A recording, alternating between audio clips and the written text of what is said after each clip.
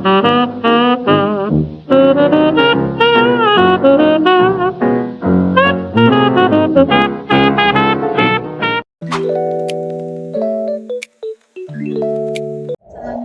warahmatullahi wabarakatuh. Saya Riris Beruntu dengan NIM 0702251012. Di sini saya akan menjelaskan definisi dari fungsi. Nah, fungsi dalam matematika adalah suatu relasi yang menghubungkan setiap anggota X dalam suatu himpunan yang disebut daerah asal atau domain dengan suatu nilai tunggal atau Tx dari suatu himpunan kedua yang disebut daerah kawan atau kodomain. Himpunan nilai yang diperoleh dari relasi tersebut disebut daerah hasil atau range. Setiap A kecil elemen A besar dengan tepat. Suatu B kecil elemen B besar ditulis fungsi A ke B.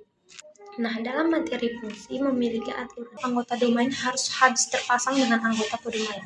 B. Setiap anggota domain hanya boleh berpasangan dengan suatu anggota kodomain, tidak boleh membentuk cabang. Istilah penting dalam fungsi. Domain yaitu daerah asal fungsi dilambangkan dengan df. Kodomain yaitu daerah kawan fungsi yang dilambangkan dengan kf. Range yaitu daerah hasil yang merupakan himpunan bagian dari kodomain. Range fungsi dilambangkan dengan RF. Nah, sebagai contoh dapat kita lihat pada gambar di atas.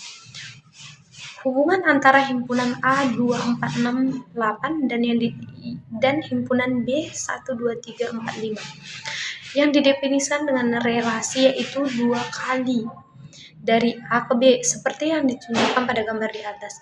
Nah, 2 itu 2 kali dari 1, 4 itu 2 kali dari 2, 6 itu 2 kali dari 3, dan 8 2 kali dari 8. Sekian penjelasan dari saya. Saya Zahri Nugroho akan menjelaskan macam-macam fungsi. Yang pertama, fungsi satu-satu atau fungsi injektif. Fungsi f disebut fungsi satu-satu jika dan hanya jika tidak ada anggota yang berbeda di A mempunyai bayangan yang sama. Jelasnya, f memetakan A menuju B fungsi satu-satu jika dan hanya jika FA sama dengan FA aksen, maka A sama dengan A aksen. Pernyataan ini ekuivalen dengan jika A tidak sama dengan A aksen, maka FA tidak sama dengan FA aksen. Intinya, fungsi injektif adalah fungsi di mana setiap anggota A atau domain memiliki hasil yang berbeda-beda di B atau kodomain. Artinya, tidak boleh ada dua A yang menuju ke B yang sama. Masuk ke contoh, diketahui fungsi G memetakan A menuju A yang didefinisikan sebagai diagram panah berikut.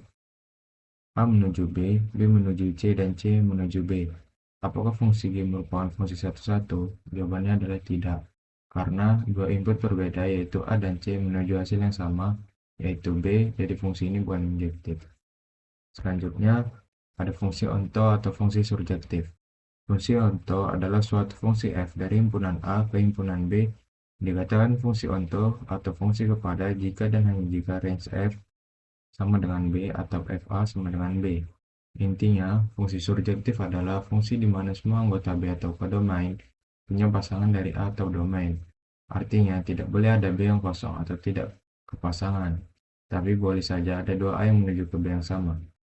Masuk contoh, ditentukan fungsi G memetakan P menuju P, yang didefinisikan sebagai diagram panah berikut ini. 1 menuju 2 dan 2 menuju ke 2. Apa fungsi G merupakan fungsi onto? Jawabannya adalah tidak, karena hanya satu elemen di B yang mendapat pasangan, sedangkan B yang lain kosong. Jadi ini bukan fungsi surjektif. Selanjutnya, ada fungsi bijektif atau korespondensi satu-satu. Fungsi f disebut juga fungsi bijektif jika dan hanya jika fungsi f sekaligus merupakan onto atau surjektif dan fungsi satu-satu atau injektif. Ada yang menyebut fungsi bijektif sebagai korespondensi satu-satu. Intinya, fungsi bijektif adalah fungsi yang bersifat injektif dan surjektif sekaligus. Masuk ke contoh, ditentukan fungsi G memetakan A menuju A yang didefinisikan sebagai diagram panah berikut.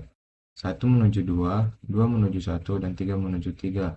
Apakah fungsi G merupakan fungsi bijektif? Jawabannya ya, karena setiap A memiliki pasangan dan semua B juga terpasangkan. Juga tidak ada hasil yang sama, maka G adalah fungsi bijektif karena dia injektif dan subjektif sekaligus. Sekian dari saya, terima kasih. Di sini saya akan menjelaskan tentang fungsi identitas. A adalah sembarang himpunan. Fungsi F pada A disebut fungsi identitas jika dan hanya jika F mengawankan setiap anggota A dengan dirinya sendiri.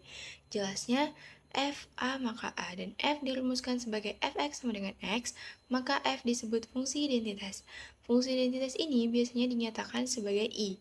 Lebih ringkasnya, fungsi identitas adalah fungsi yang menghubungkan setiap anggota dengan dirinya sendiri. Kalau semua anggotanya kembali ke dirinya masing-masing, maka disebut fungsi identitas. Masuk ke contoh yang pertama, fungsi F didefinisikan oleh diagram panah. A menuju B menuju A, dan C menuju C. Pertanyaannya, apakah fungsi F merupakan fungsi identitas? Jawabannya bukan, karena setiap anggota A tidak dipasangkan dengan dirinya sendiri. Kenapa fungsi F ini nggak termasuk fungsi identitas, padahal C menuju ke C? Karena fungsi identitas itu harus benar-benar untuk semua anggota. Maka jika salah satu dipasangkan dengan dirinya sendiri, maka bukan fungsi identitas. Jadi, C menuju C itu memang benar, tapi fungsi identitas tidak bisa hanya benar sebagian. Harus semua elemen A, B, dan C kembali ke dirinya sendiri. Yang nomor 2, fungsi F didefinisikan sebagai diagram panah berikut ini. 1 menuju ke 1, 2 menuju ke 2, dan 3 menuju ke 3. Apakah fungsi F merupakan fungsi identitas? Jawabannya iya, karena setiap anggota A dipasangkan dengan dirinya sendiri. Dan yang selanjutnya ada fungsi konstan. Fungsi F pada A ke B disebut fungsi konstan jika dan hanya jika satu anggota B menjadi pasangan dari anggota A. Dengan kata lain, F A maka B konstan jika dan hanya jika range F hanya mempunyai satu anggota. Lebih ringkasnya, fungsi konstan adalah fungsi yang seluruh anggotanya atau semua elemen di kiri menuju ke satu elemen yang sama yang berada di sebelah kanan. Gampangnya, semua panah harus mengarah ke titik yang sama.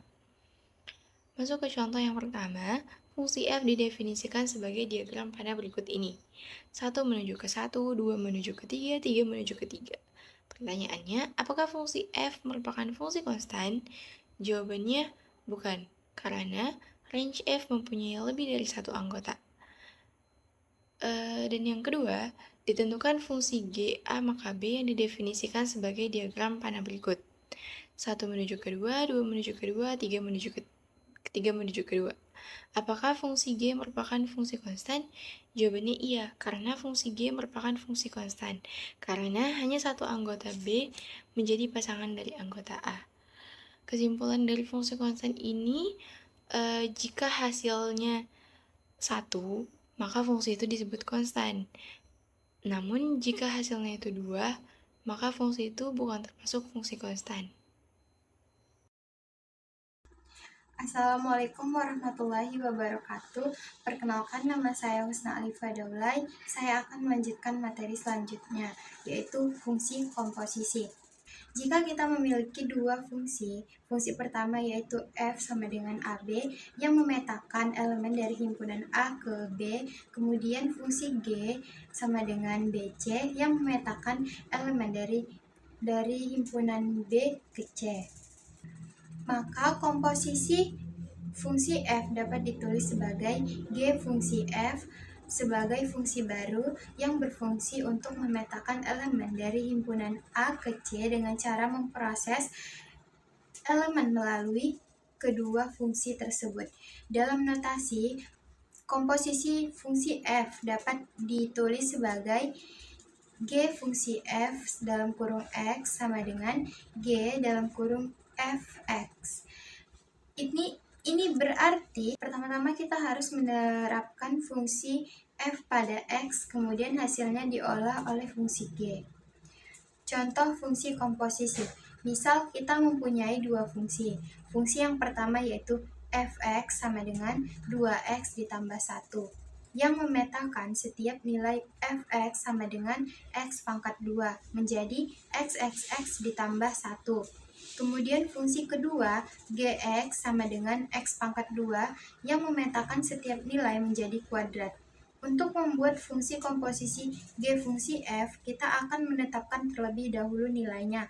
Lalu hasilnya kita masukkan ke dalam fungsi G. Secara sistematis ini adalah G fungsi F dalam kurung X sama dengan G dalam kurung Fx sama dengan G dalam kurung 2X ditambah 1 tutup kurung sama dengan dalam kurung 2X ditambah 1 pangkat 2. Jadi komposisi fungsi G fungsi F menghasilkan fungsi dalam kurung 2X ditambah 1 tutup kurung pangkat 2. Selanjutnya karakteristik fungsi. Yang pertama, domain dan kodomain. Fungsi memiliki domain atau input dan kodomain atau output yang menentukan nilai-nilai yang dapat diterima dan dihasilkan oleh fungsi. Yang kedua, relasi. Fungsi adalah relasi antara domain dan kodomain, di mana setiap elemen domain terkait dengan tepat satu elemen kodomain. Yang ketiga, ketunggalan.